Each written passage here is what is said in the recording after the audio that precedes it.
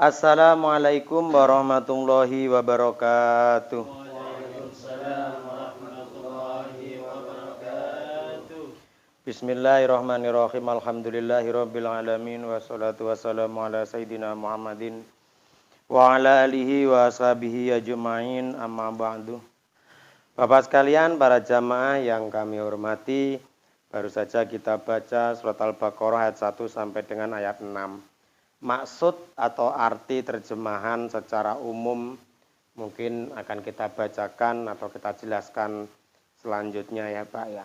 Alif Lam Mim.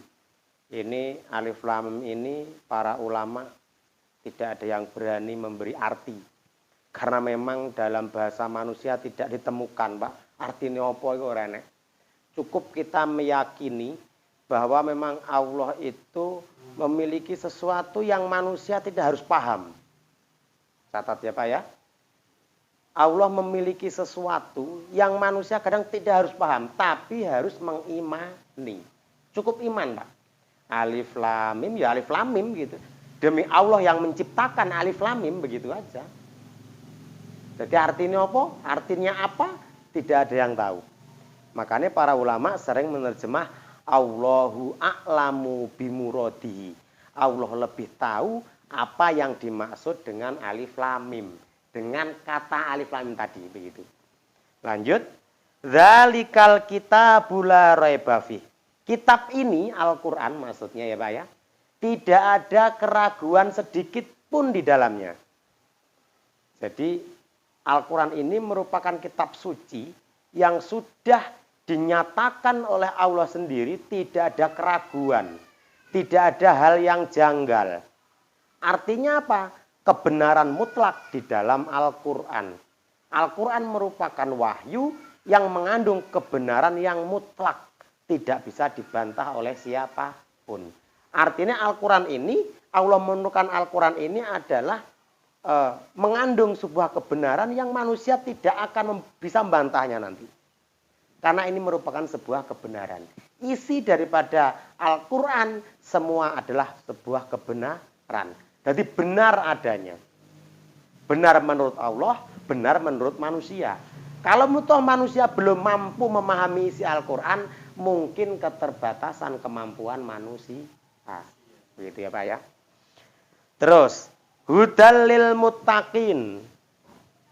Allah menyatakan bahwa Al-Quran ini adalah untuk petunjuk bagi orang-orang yang bertakwa. Untuk petunjuk Pak. Siapa saja, di mana saja, warna kulitnya apa, tidak pilah-pilah, siapapun yang namanya manusia, ini adalah bisa mendapatkan kategori al-muttaqin, yakni orang yang bertakwa, yang artinya apa? Al-Quran ini untuk petunjuk orang-orang yang bertakwa, petunjuk perilaku, petunjuk mengambil sebuah keputusan, petunjuk menjadi pedoman hidup.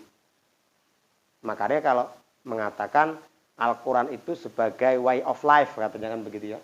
Al-Quran itu sebagai jalan hidup, sebagai sebuah petunjuk. Ibaratnya apa ya? Undang-undang lah Pak, sebuah aturan main. Begitu. Kalau kita melenceng dari Al-Quran dalam menjalani kehidupan ini ya berarti kita dolim pada diri kita sendiri. Begitu. Jadi ini untuk petunjuk bagi orang-orang yang bertakwa. Terus kemudian siapa sih orang-orang yang bertakwa itu? Kayak apa sih kan bingung Pak. Wah bertakwa gitu. Dilanjutkan dengan ayat selanjutnya. Alladzina yu'minuna bil ghaib. Orang-orang yang bertakwa ciri-cirinya adalah mereka beriman kepada sesuatu yang gaib. Beriman, rukun iman itulah ya, iman kepada Allah, kepada malaikat dan lain sebagainya begitu. Wa yuqimunas sholata. Kemudian yang kedua adalah menjalankan sholat Pak. Ini penting. Ciri-ciri wong beriman kuwi pertama dia itu ciri-ciri orang yang bertakwa itu yang pertama adalah iman. Yang kedua adalah mereka mau menjalankan sholat. Nah ini juga yang penting wa mimma razaqnahum yunfikun. Dan sebagian dari harta yang mereka miliki mereka meminfakkan. Ini penting. Dari 3 hal ini, yang perlu digarisbawahi adalah Allah mengajak kita menjadi orang yang soleh di hadapan Allah dan soleh di hadapan manusia. Ya, soleh di hadapan Allah apa bentuknya? Sholat, Pak. Ya kita taat cara Allah lah. Meskipun Allah nggak perlu kita sebenarnya. Ya, Pak ya. Allah itu nggak perlu kita begitu loh. Tapi kita yang perlu dengan Allah. Kita yang membutuhkan Allah. Bukan ketika kita sholat kemudian Allah seneng ya enggak juga. Tapi kitalah secara pribadi yang memang perlu mendekatkan diri kepada Allah. Jadi ini sebagai representasi kita itu menjalankan sesuatu sebagai soleh di hadapan Allah. Kemudian berinfak, wa mimma razaqnahum yunfikun.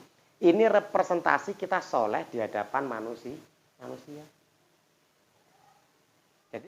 Jadi itu aja Bapak sekalian pertemuan kita pada malam hari ini.